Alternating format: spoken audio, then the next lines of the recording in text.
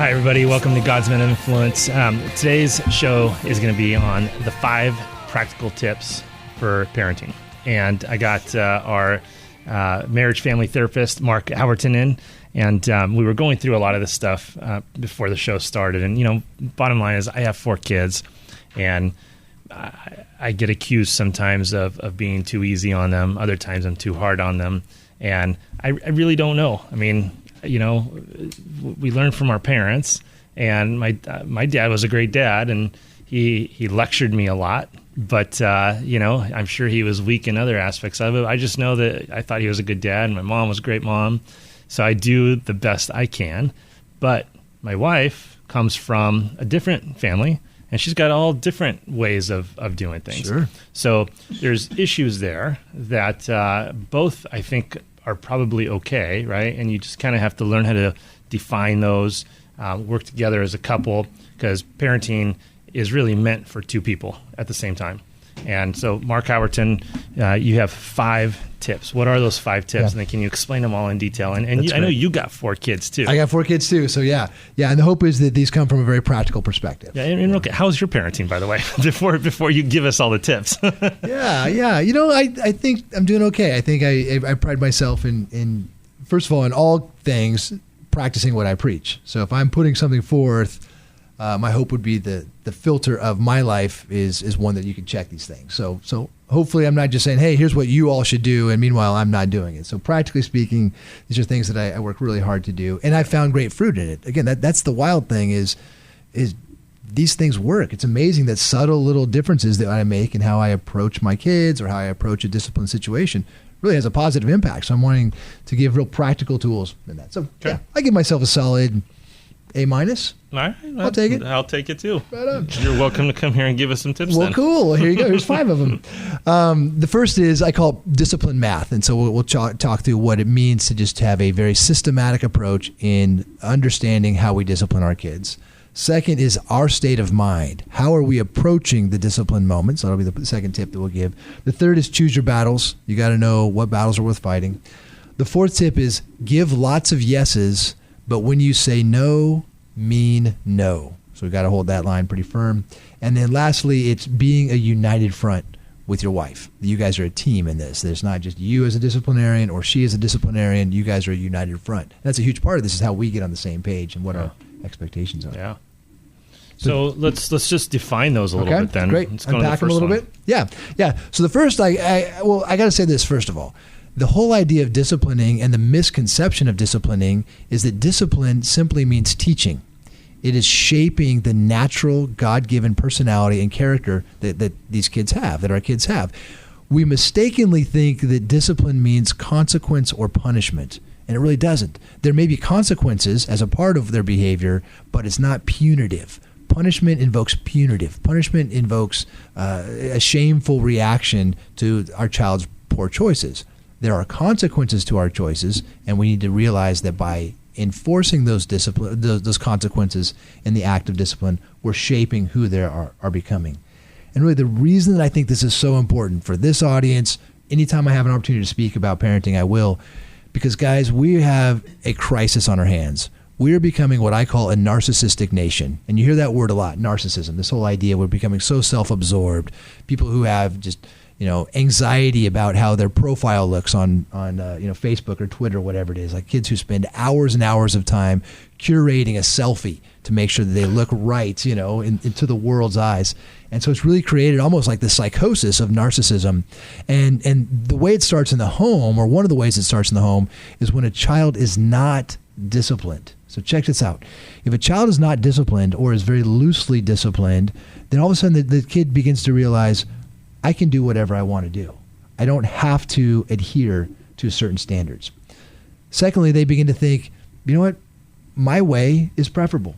I like my things my way. So when I want something, I demand it. Lack of discipline is giving them what they want. Now all of a sudden, the lack of boundaries, the lack of thinking that other people matter as much as they matter, erodes empathy. And if we look in this book called the DSM-4, which is this big, thick psychological diagnosis book, and we say, well, what are the criteria for certain disorders, and narcissism being the one that I'm talking about now, we see a lack of empathy. a chronic lack of empathy, that creates this sense of narcissism.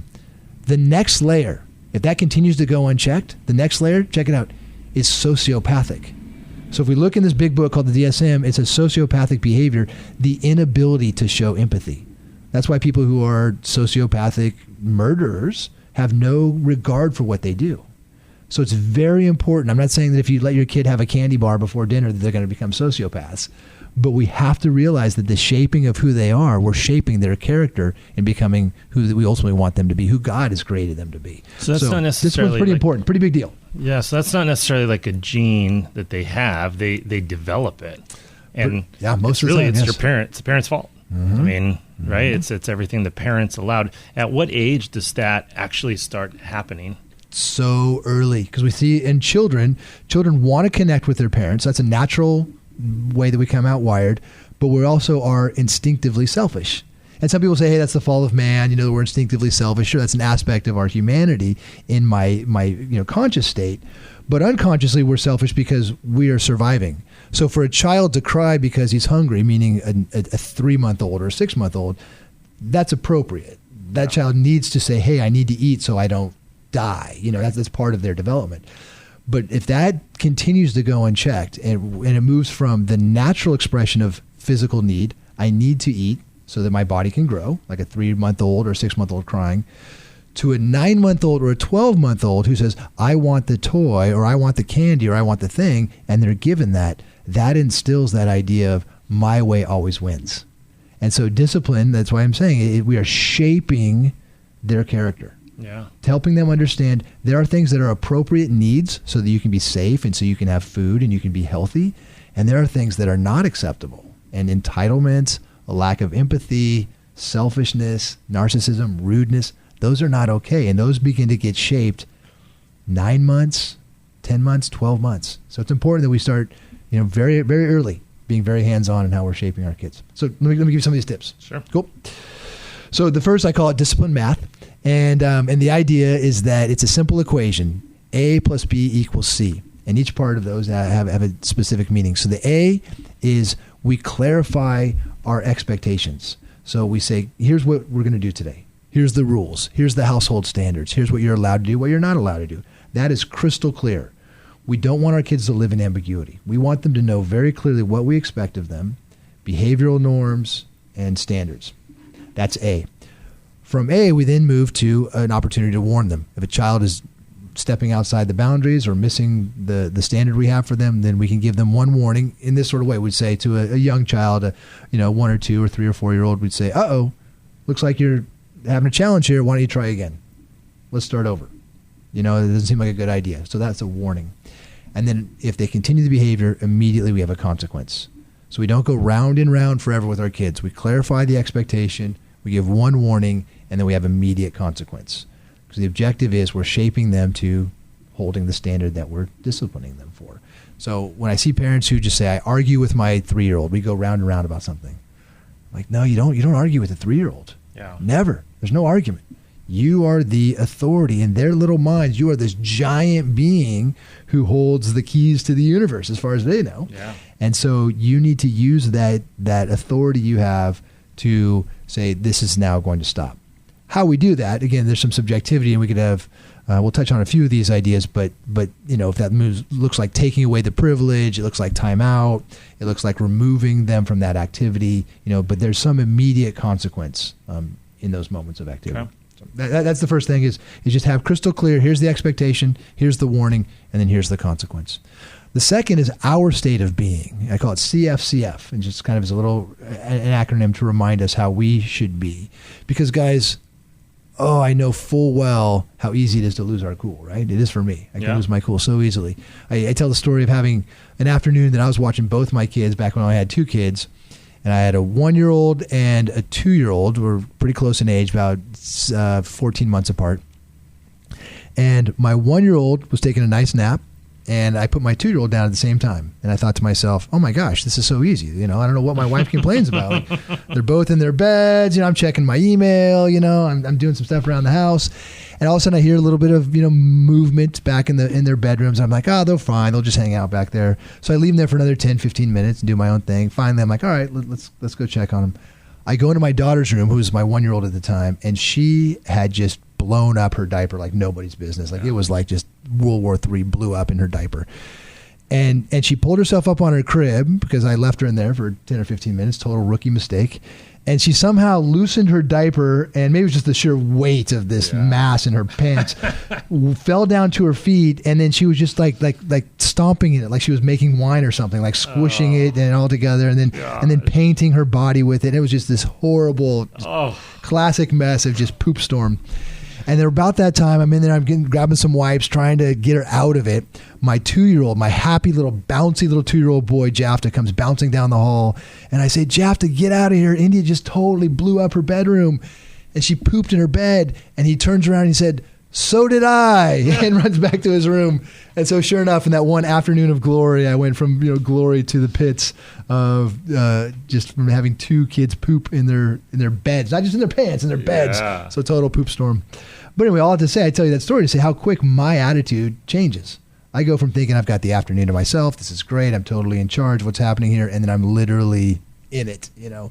And so I've got to check myself, and so quickly we can turn. So CFCF stands for in a moment of discipline. Not that I needed to discipline my kids for their accidents, but in a moment of discipline, I have to keep myself calm. So that's the first. I need to stay calm.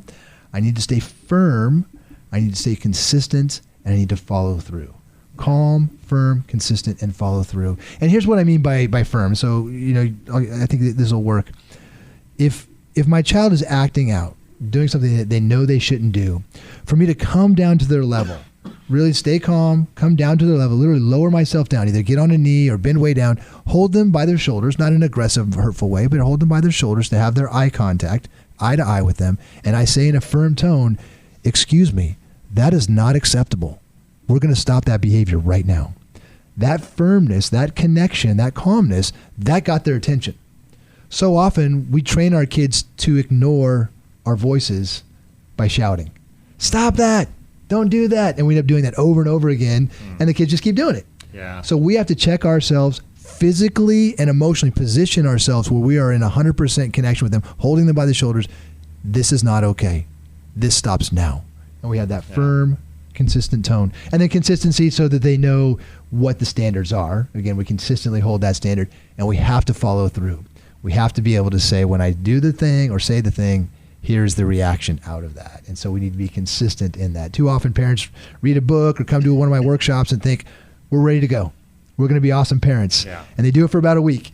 And then a week later, it's A plus B equals XYZ, whatever. You know, nobody cares anymore. So we have to have that consistency in our parenting. You know, my 3-year-old, I was upstairs, him and my wife, something happened. He wasn't listening. It was bad. I came down to try and, you know, help out a little bit. And, and I went out and tried to talk to him calmly, right? And I asked him to go apologize to his mother. And he said he doesn't want to. And I said, then I'm going to send you to your room, and you're going to be in timeout until I come get you. And he didn't want to do that. I said, then go give your mother a hug and apologize to her, and you can stay here and play, and everything will be fine. And he said no. And I said, then go upstairs right now and get into timeout. And he said, no, Dad, no. And I said, last chance. Do you want to go say I'm sorry to your mother, or do you want to go upstairs? He thought about it. He thought, you could see his head turning, right? Yeah. He's like, I'll go upstairs. And I'm like, wow, you little brat. Cost-benefit analysis, man. Yeah, he was weighing it out. He was totally. She must have really pissed him off. Man, yeah. That's great. All right, so what's the next one? So, and good for you for staying consistent and firm in that. Yeah. You know, I mean, obviously your preference would have been he would have gone right, moved on. But no, you held your ground. Well, that's it. The third thing is that we need to choose our battles. So how do we hold, say what standard are we going to, battle on today? And because a lot of behavior, this is the thing that sometimes parents get hung up on, they really make a big deal over things they could ignore. Yeah. Especially if we have toddlers, 2, 3, 4, 5 years old, kids love our attention so badly that they'll take negative attention. Yeah. So a lot of times the annoying behavior is simply to get our attention. So learning to ignore negative behavior in those momentary battles is a huge part of this. Hopefully that won't happen because we're lavishing our kids with lots of positive behavior. That's why timeouts are effective. Timeouts are effective because they're removed from what they desire most, our presence. And I know it sounds kind of, like narcissistic from a parent perspective, but our youngest toddlers especially, they want to be with us and have our attention. And when they lose that attention, that's a major consequence for them. And they'll do anything to get it back. Totally. Yeah. And that's why sometimes they're climbing the walls and screaming for it and actually getting the negative attention. Yeah. So choose the battles, lavish with positive attention, rather. Which goes into the fourth step, which is give lots of yeses. I fully believe in a very disciplined, firm parenting style, but let's have lots of yeses. Hey, can we go do the thing? Sure. Can we do this thing? Sure. Can we go play in the game? Yeah. Can we go as many as we possibly can so that when we say no, our no means no. So give lots of yeses, but no means no. So when we do say no, we hold it firm all the way to the end. We're not going to argue with our kids. We've given them lots of yeses. And when we say no, we hold that very firmly. And then lastly, guys, this is, I'm a little bit, my heart aches a little bit because I've got a lot of friends and clients who are in single situations, or single dads, single moms. So it's tough. And so my heart goes out to folks in that category. For folks who are married in parenting, be a united front as much as possible to say, how do I partner with my wife? How do I partner with my husband? How do we be a united front on all of these parts? So we're a united front by listening to a podcast like this or reading books on parenting to know that here's the standards we're holding our kids to. Here's the A. Here's the consequence, that we get when they don't behave well. Here's the battles we choose. Here's how we stay calm in these moments. Does no good if I'm staying calm and my spouse is flying off the handle, or vice versa. We want to be a united front and saying, here's the standards and here's how we respond when our kiddos act outside of those standards. Are there certain roles that a dad should have versus a mom? So, for example, I always remember growing up the old TV shows. You just wait till your father comes home, right? He's the heavy hand. Mm. So, yeah. Is it good to do that now? Well, the key is that there's aligned partnership. I don't like that idea if it minimizes the authority of mom. Right. Mom is an authority figure. And here's the thing. We're disciplining our kids to be good citizens in life. So I sometimes have couples who come in who are blended families. So a stepchild situation. And they'll say, I don't feel comfortable disciplining my spouse's kids. And I'm like, well, hang on a second. That child goes to school where he has to listen to a teacher who's not his biological parent. Yeah. That child's on a sports team with a coach who's not his biological parent. Yeah. That child has a scout leader or a youth group leader. So what we're doing is we're helping our kids understand that there are standards of authority. Obviously, we want our kids to be free-spirited and solid thinkers and lovers of life, not to be afraid of authority, but understand there are authority systems set up by God. Mm-hmm. And we are the first interaction with that.